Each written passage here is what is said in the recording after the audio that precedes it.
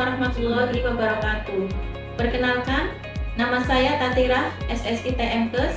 Saya salah satu dosen pada program studi S1 Kebidanan di Stikes Brebes dengan NIDN 0605058401. Video ini dibuat untuk melengkapi prasyarat dalam pengajuan sertifikasi dosen, yaitu pernyataan diri dosen dalam unjuk kerja Tridharma Perguruan Tinggi atau PDD UKT PT dalam bidang pengajaran. Perkenankan, saya menjelaskan mata kuliah yang saya ampu, yaitu Gizi dalam Pelayanan Kebidanan. Mata kuliah ini adalah mata kuliah inti yang wajib diikuti di program studi dengan bobot 2 SKS yang dipelajari di semester 4. Adapun deskripsi mata kuliah ini adalah memberikan kemampuan mahasiswa untuk dapat menerapkan konsep kebutuhan gizi dalam setiap asuhan kebidanan secara kritis. Materi yang saya sajikan mengacu pada capaian pembelajaran lulusan dari mata kuliah yang kemudian menurunkan menjadi 12 CPMK. CPMK tersebut kemudian akan dibagi menjadi 14 kali pertemuan tatap muka pembelajaran dan tidak termasuk ujian tengah semester dan ujian akhir semester. Capaian pembelajaran lulusan dari mata kuliah ini terdiri dari 4 aspek, yaitu sikap, keterampilan umum, pengetahuan, dan keterampilan khusus. Adapun capaian pembelajaran mata kuliah gizi dalam pelayanan kebidanan ini adalah M1, mahasiswa mampu menjelaskan konsep dasar ilmu gizi. M2, mahasiswa mampu menjelaskan jenis zat gizi mikro dan makro. M3, mahasiswa mampu menjelaskan kebutuhan gizi pada ibu hamil. M4, mahasiswa mampu menjelaskan kebutuhan gizi pada ibu bersalin. M5, mahasiswa mampu menjelaskan kebutuhan gizi pada ibu nifas. M6, mahasiswa mampu menjelaskan kebutuhan gizi pada ibu menyusui. M7, mahasiswa mampu menjelaskan kebutuhan gizi pada bayi dan balita. M8, mahasiswa mampu menjelaskan kebutuhan gizi pada anak prasekolah dan usia sekolah. M9, mahasiswa mampu menjelaskan kebutuhan gizi pada remaja. M10, mahasiswa mampu menjelaskan kebutuhan gizi pada lansia. M11, mahasiswa mampu menjelaskan hubungan gizi dengan kesehatan reproduksi dan masalahnya. M12, mahasiswa mampu mengelola menu sesuai tingkat kebutuhan nutrisi pada wanita sesuai siklus kehidupannya. Selanjutnya, pokok bahasan di mata kuliah ini adalah konsep dasar ilmu gizi, sumber zat gizi dalam makanan, proses pencernaan, absorpsi, dan metabolisme dalam tubuh, jenis dan sumber zat gizi mikro dan makro, kebutuhan zat gizi bagi individu sehat, konsep gizi seimbang pada ibu dan anak, kebutuhan gizi pada ibu hamil, pada ibu bersalin, pada ibu nifas dan menyusui, pada bayi, balita, dan anak prasekolah, kebutuhan gizi pada remaja, kebutuhan gizi pada lansia, hubungan gizi dengan kesehatan reproduksi dan masalahnya, mengelola menu sesuai kebutuhan gizi pada wanita sesuai siklus kehidupannya. Dalam perkuliahan ini, saya menggunakan metode DIA, yaitu Delivery, Interaction, Assessment.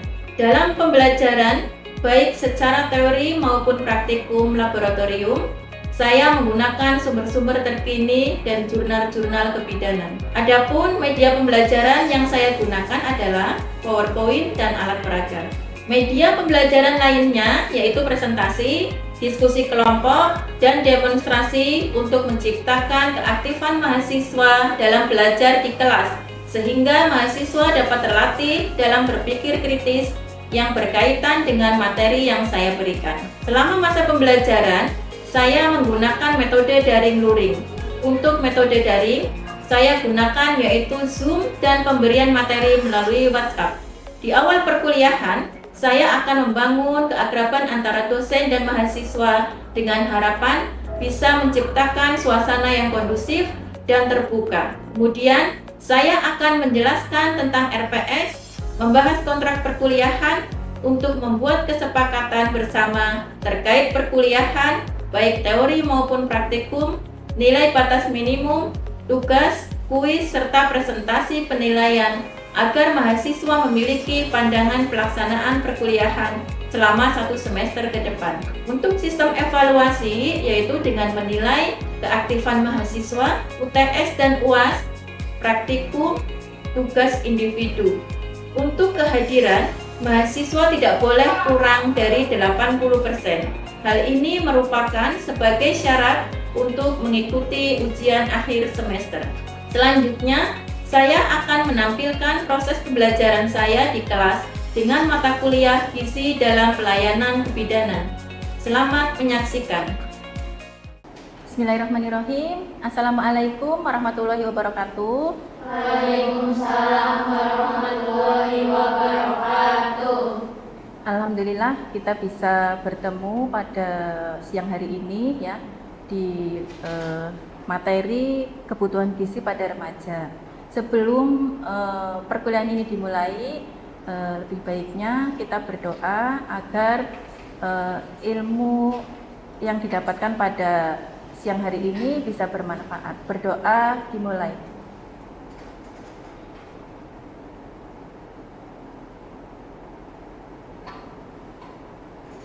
Selesai. Baik, sebelumnya saya absen dulu ya. Fitri Ayu Ramadhani. Ada.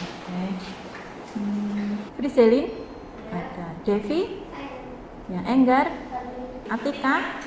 Hadir. Devani. Putri Leli. Hadir semuanya ya hari ini ya. Nggak ada yang izin ya. Mengingat kembali ya materi minggu lalu tentang kebutuhan nutrisi pada anak prasekolah. Berapa kebutuhan gizi pada anak prasekolah? Ya. Kebutuhan gizi pada anak prasekolah sekitar 1125 sampai 1750 kilokalori per hari. Ya. Kalau untuk anak prasekolah berapa? Untuk kebutuhan gizi anak usia sekolah itu sekitar 1400 sampai 2200 kilokalori per hari. Ya. Berarti masih ingat ya materi kita kebutuhan gizi pada remaja ya. Definisi gizi ini adalah semua zat atau komponen penting dalam makanan yang dibutuhkan oleh tubuh untuk tumbuh, berkembang, memproduksi energi serta memperbaiki dan memelihara jaringan agar tubuh berfungsi dengan optimal ya.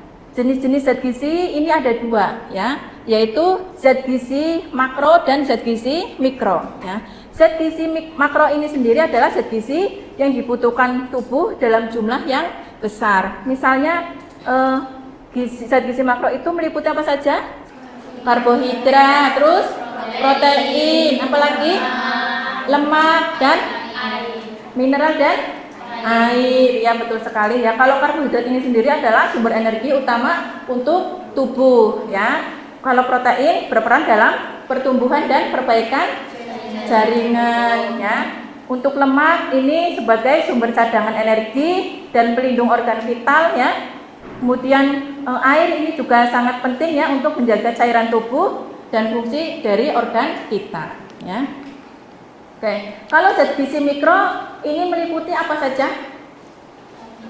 Vitamin dan mineral ya. Kalau tadi zat gizi makro ada karbohidrat, protein, lemak, mineral dan air ya. Kalau zat gizi mikro itu vitamin dan mineral.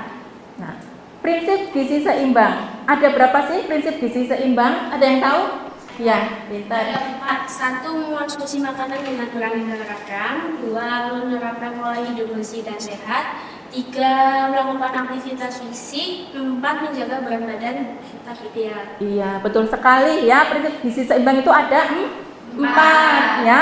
Mengonsumsi makanan yang beraneka ragam ya. Jadi untuk mengonsumsi menu makanan seimbang itu tidak hanya satu jenis, tapi harus berbagai macam jenis ya.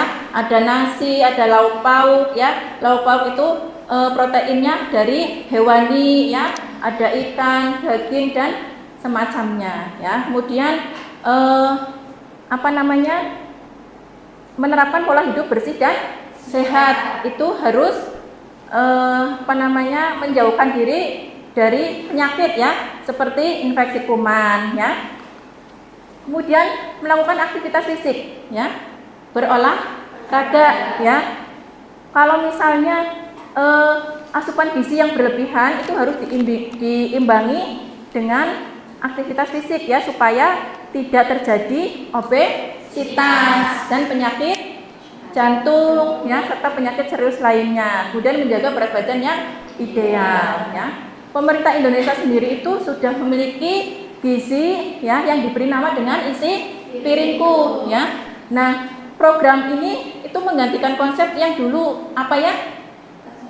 4 sehat, 5 sempurna ya. Itu sekarang diganti dengan isi piringku ya.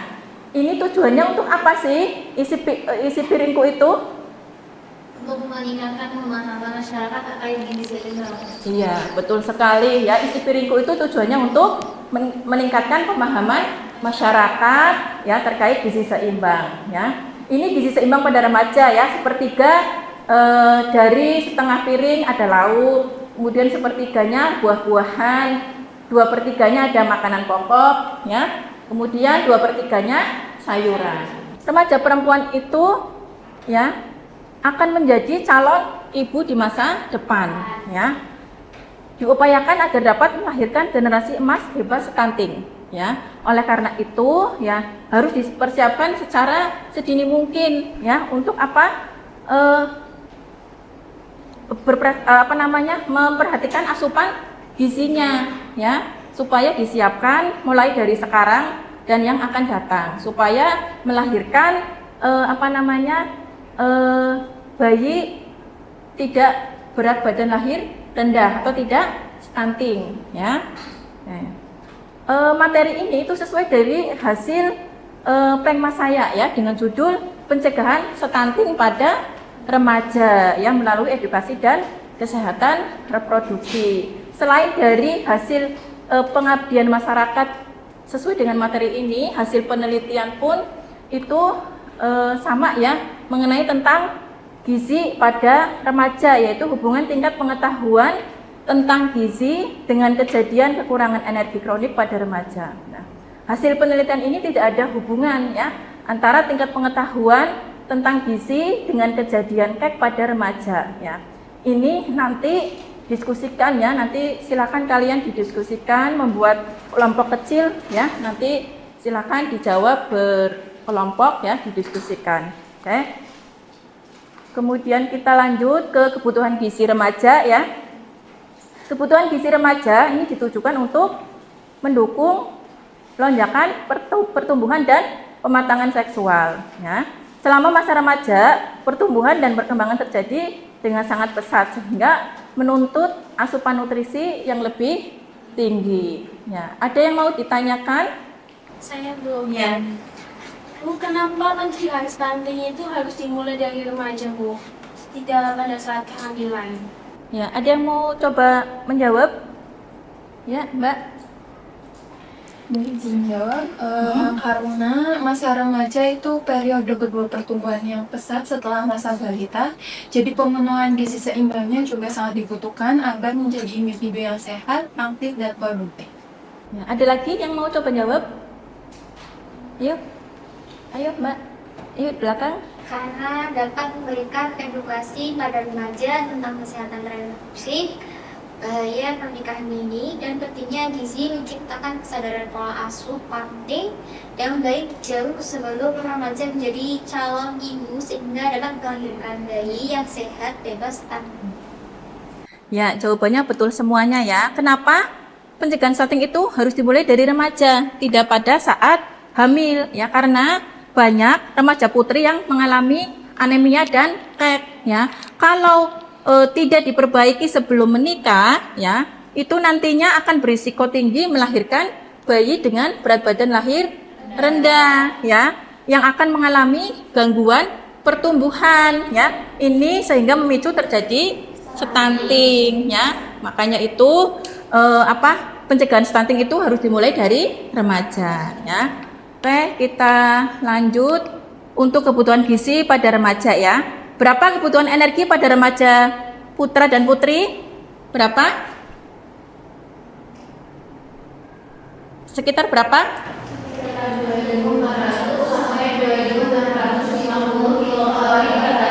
Iya, betul sekali ya.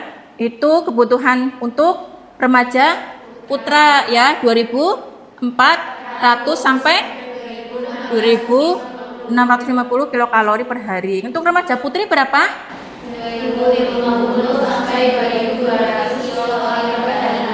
Iya. Kemudian kebutuhan gizi yang diperlukan remaja pada usia 13 sampai 18 tahun itu adalah protein ya, sekitar 65 sampai 72 gram per hari ya untuk pria, dan untuk remaja putri 59 sampai 69 gram per hari ya. Oke, selain itu apa sih kebutuhan gizi pada remaja yang dibutuhkan? Ada zat besi dan kalsium ya, ini untuk pertumbuhan tulang ya. Sedangkan zat besi ini penting bagi remaja ya untuk mencegah anemia akibat menstruasi. Makanya program pemerintah itu mencanangkan remaja putri harus meminum tablet tambah darah 1 kali 1 minggu, 1 kali dalam 1 minggu ya, supaya tidak terjadi anemia ya. Kemudian menerapkan pola makan sesuai panduan isi piringku ya untuk memenuhi kebutuhan harian secara seimbang ya. Sekarang dampak dari kekurangan gizi pada remaja ya. Apa saja dampak kekurangan gizi pada remaja? Ada hambatan pada pertumbuhan fisik, kemudian terus anemia,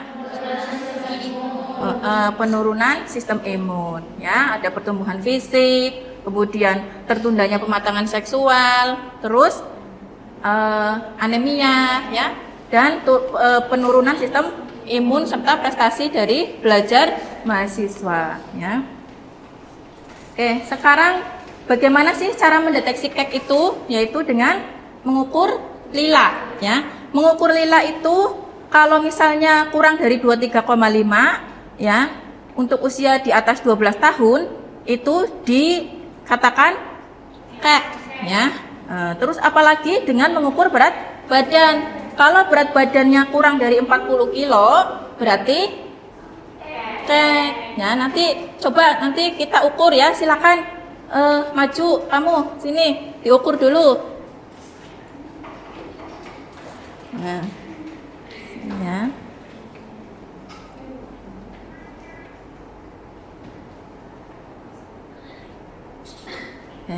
Diukur 28 ya, berarti bagus ya. Berat badannya berapa? Ditimbang. Coba. Berapa?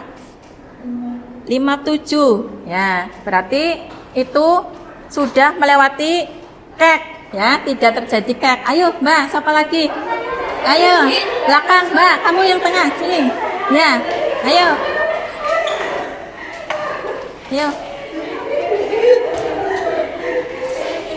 Nah.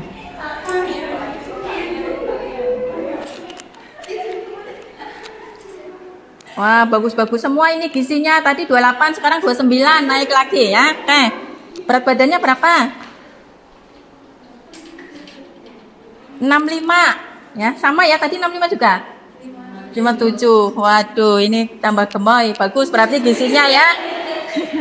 Berarti gizinya bagus. Ayo, siapa lagi? Kamu yang depan. Ya, diukur lilanya. Oke.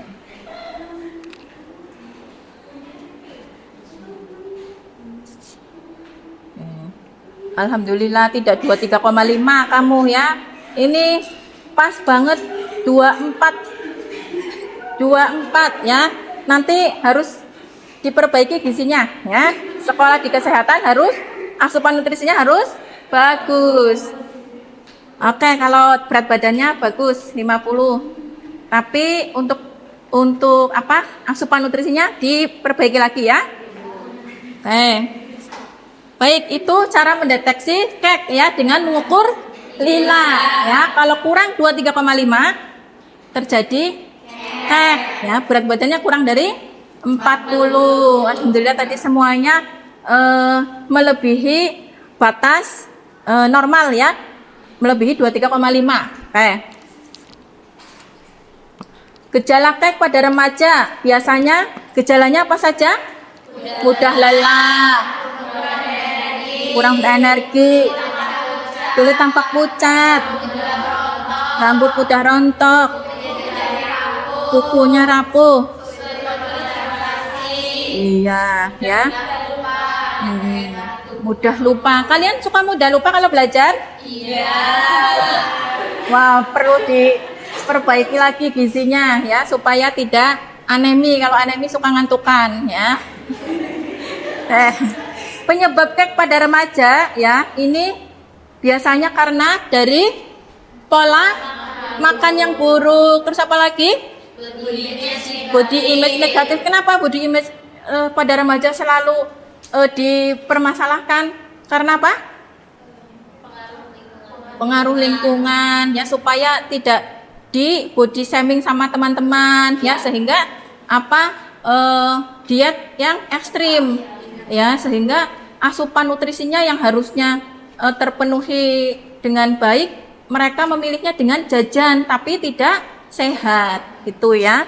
Oke, kemudian pertumbuhan remaja yang sangat cepat ya, kebutuhan energi melonjak selama pubertas tetapi tidak terpenuhi gizinya sehingga terjadi kek ya. Nih, kemudian ada kondisi ekonomi ya, yang ekonominya kurang sehingga untuk membeli makanan tidak dapat terjangkau ya, sehingga asupan gizinya berkurang ya. Kemudian rendahnya edukasi atau kurangnya pemahaman remaja mengenai pentingnya gizi seimbang ya. Kemudian untuk pencegahan dan penanganan kek ya, ini ada gizi seimbang ya. Kemudian kalau gizi seimbang itu harus mengonsumsi makanan yang kaya energi, kemudian apa lagi? Protein, terus lemak ya. Kemudian serat dan vitamin dan zat besi ya. Kalian remaja usia-usia kalian ini sangat penting ya. Karena apa? Remaja putri biasanya terkena anemia ya. Seminggu sekali harus minum tablet tambah darah ya. Jangan jajan yang sembarangan ya. Kemudian membangun rasa percaya diri terhadap bentuk tubuh agar terhindar dari gangguan makan. Nah, ya. Oke, sesuai dengan kesepakatan awal tadi kita akan membentuk diskusi kelompok. Silakan untuk membentuk diskusi kelompok membahas hasil dari hasil penelitian saya ya. Kenapa? Ya. Banyak remaja putri yang sudah memiliki pengetahuan gizi yang baik justru malah terkena kek. Yuk, kelompok 1 sudah siap? Yuk, siapa yang bisa menjawab? Silakan. Saya, Bu. Ya. Karena lonjakan pertumbuhan fisik di usia remaja sangat tinggi, kebutuhan energi dan protein yang meningkat tajam ini sering tidak diimbangi dengan porsi makan yang memadai, sehingga cadangan energi tubuh terkuras yang bisa menyebabkan anemia sehingga berdampak kek pada remaja. Ya, betul sekali ya. Kelompok 2 sudah ada jawabannya? Sudah, Ibu. Jadi untuk jawaban dari kelompok 2, Ya. pengetahuan yang baik itu tidak menjamin asupan makanan yang akan ideal.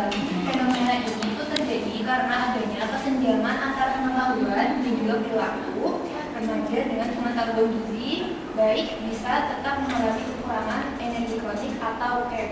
Akibatnya, pola makan yang salah karena ingin menjaga bentuk tubuh atau body image, lalu kebiasaan melewatkan waktu makan, Ya. terus hingga keterbatasan ekonomi keluarga yang memaksakan mereka untuk mengkonsumsi makanan yang seadanya, meskipun tahu itu makanan tersebut kurang gizinya.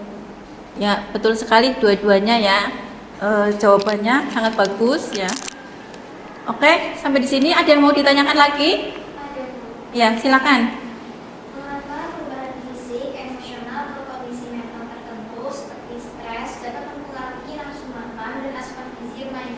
Ya, ada yang coba menjawab? Ya, kenapa? Karena stres jangka panjang itu dapat memproduksi hormon kortisol. Nah, hormon ini itu dapat memicu keinginan makan yang berlebih atau stress eating.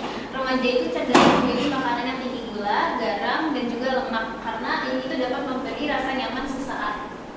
Iya, betul sekali ya. Stres dan perubahan emosional itu dapat mengaruhi nafsu makan pada remaja ya. Karena memicu respon biologis ya.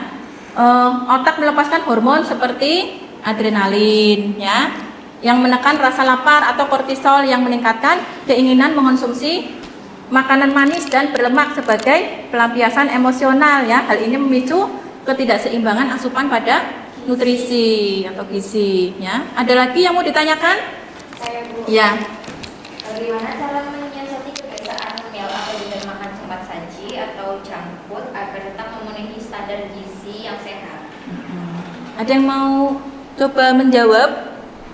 Saya Bu. Ya. Ya, izin menjawab ya atas pertanyaannya. Jadi cara menyiasati kebiasaan memil agar kita tetap memenuhi standar gizi yang sehat itu dengan cara kita hindari makan makanan yang digoreng, pilih menu yang direbus, kukus atau dipanggang. Lalu hindari minuman yang bersoda yang mengandung gula tinggi. Jika kita memesan burger, kita juga harus tambahkan ekstra tomat atau selada. Kurangi penggunaan mayones atau saus tomat yang tinggi akan sodium. Jadi seperti itu. Ya, jawabannya betul sekali ya Mbak ya. Cara menyiasati kebiasaan ngemil agar sesuai standar gizi yaitu harus mengganti cemilan dengan makanan utuh yang tinggi serat ya dan protein supaya kenyangnya lebih lama ya. Jangan yang banyak karbohidratnya ya.